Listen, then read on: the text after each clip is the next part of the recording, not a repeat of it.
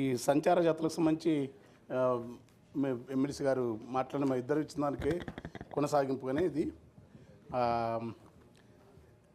ఎందుకంటే వాళ్ళకు ఇచ్చే రిజర్వేషన్లు ఇవన్నీ ఉండొచ్చు, కానీ వాళ్ళు గొప్ప కళాకారులు. వాళ్ళు పొడపత్రపుళ్ళు, జంగాలు, పిచ్చుకుంట్లు రకరకాల పేర్లు పెడతారే, కానీ వాళ్ళు మూలాధార వంశ చరిత్ర కులపురాణం లేకుండా వాళ్ళు ఎక్కడ లేకుండా సేదదీరా చెరువు కట్టున్నది, నీడ కోసం సింత చెట్టున్నది, జోలనూపే గాలి పిట్టున్నది, గుర్తులేని గుడ్డి నిధులున్నది, గ్రామాలు గ్రామాలు తిరుగుకుంటా వాళ్ళు ఏడ తల ఉంటే ఆడ పడుకున్నది. భారతదేశంలో చాలా కాలంగా ప్రపంచంలో జిప్పీలు, జిమ్సీలు, జిడ్డు కృష్ణమూర్తి తత్వశాస్త్రం, ఇప్పుడు మన మహాత్ములు చెప్పే యోగా సంబంధాలు, జగ్గి వాసుదేవులు చెప్పే బోధలు, తర్వాత రమణ మహర్షి లాంటి వాళ్ళ అవి ఏవైతున్నావో వాళ్ళకి అవి ఎవరు తెలియకుండా వాళ్ళు దాన్ని స్వచ్ఛంగా ఆచరిస్తారు. వాళ్ళకు అన్ని ఆలోచనలు కృష్ణమూర్తి గారు అంటే సందర్భం వచ్చి ఆ సంచార కళాకారులు, సంచార జాతులని వాళ్ళు ఏం చెప్తున్నారో వాళ్ళు నిజంగా యాచకులు కాదు.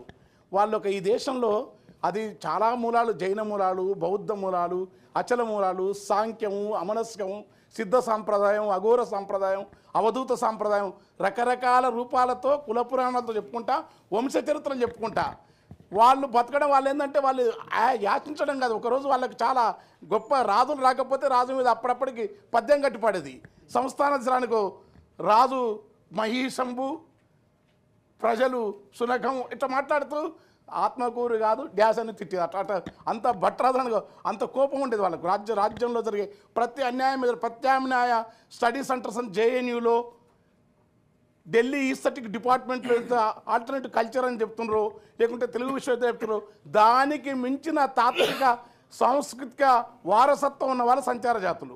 వాళ్ళని ఏంటంటే వదిలిపెట్టేసి చిన్న ఉద్యోగాలు కాదు, ఒక పాయింట్లో చెప్పాలంటే వాళ్ళకు ఈ కళారంగాలు తెలంగాణ రాకముందు సినిమా ప్రాంతాన్ని వలసవాదం ఆక్రమించినది. కళలను వాళ్ళు ఆక్రమించినారు వాళ్ళని. కానీ వాళ్ళ యువత సినిమా రంగంలో వాళ్ళు వస్తే ఆ సంచార జాతుల్లో నుంచి మేటి కళాకారులను విధిగా సినిమాలలో వాళ్ళను పాత్రలు కానీ సంగీతం కానీ వాళ్ళ బాణి వాడుకున్నా, వాళ్ళ నటన వాడుకున్నా, లేకుంటే వాళ్ళ కోసం కొన్ని పాత్రలు ఒక చట్టమే చేయాలి. లేకుంటే ఊరికే వాళ్ళను మనకు మనమే వచ్చి నిరుద్యోగం వాళ్ళకున్న కళ గొప్పది, దాన్ని తక్కువ చేయటం కాదు. వాళ్ళు అది వదులుకోవాలి.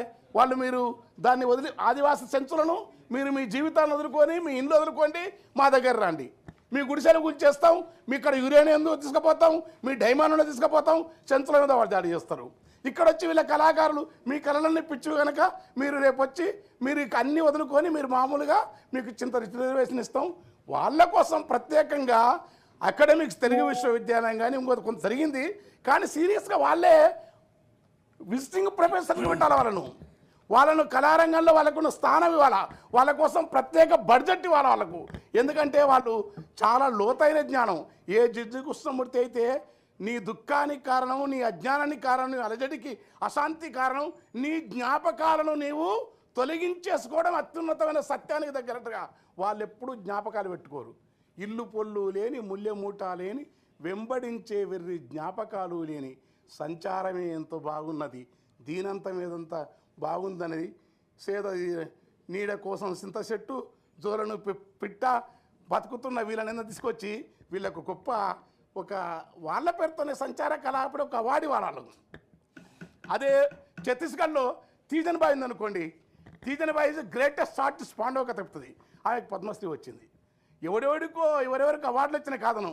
ఏ ఒక్క మహిళలంటే వాళ్ళకి మహిళ సంచారం కాదు, తన ఊరిలో ఉంటారు, ఒక కమ్యూనిటీకి సంబంధించి ఆ వృత్తి పురాణం చెప్పుకుంటారు. సంచారం ఊరు దాడతారు కదా, వాళ్ళ కోసం ప్రత్యేకంగా మన దగ్గర ప్రయత్నం జరగలే.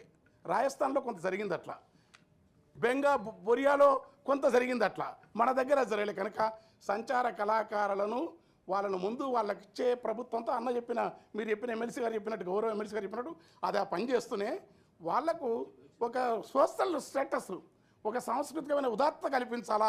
వాళ్ళు దానికి సంబంధించి ఫండ్ ఉండాలా.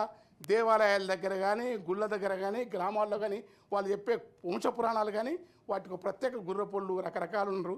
అనేక ఒక్క కులం కాదు, బీసీలు ఉన్నారు, ఎక్కువ మెజార్టీ బీసీలు కలిపి గంగిరెద్దులు, పిచ్చకుంట్లు, వాళ్ళకు భాష ఉంది, వాళ్ళకు సపరేట్ డిక్షనరీ ఉంది, వాళ్ళు సపరేట్ పడికట్టు భాషను బయట పెట్టరు. అవన్నిటిని స్టడీ చేసే ఒక కమిటీ వేసేసి ఇంతమంది 30 లక్షల మంది కోసం వేస్తే దానివల్ల వచ్చే ప్రొడక్షను, దానివల్ల వచ్చే కొత్త విలువ, కొత్త ప్రమాణాలతోని వాళ్ళు గౌరవప్రదంగా జీవిస్తారు. వాళ్ళకు కొంత కోట రిజర్వేషన్ కూడా పెట్టి వాళ్ళ ఉద్యోగాలలో కానీ వాటిలో కానీ, ఎందుకంటే కల్చర్ డిపార్ట్మెంట్ మొట్టమొదటి ప్రియారిటీ వాళ్ళకి ఇవ్వాలా. ఓకే, ఇది. Thank you sir. ఓకే అమ్మా. గౌరవ సభ్యులకు తెలియజేసేది ఏమనగా, అసెంబ్లీలో పాస్ అయిన బిల్లులు లంచ్ బ్రేక్ తర్వాత తీసుకోబడుతుంది. Now lunch break.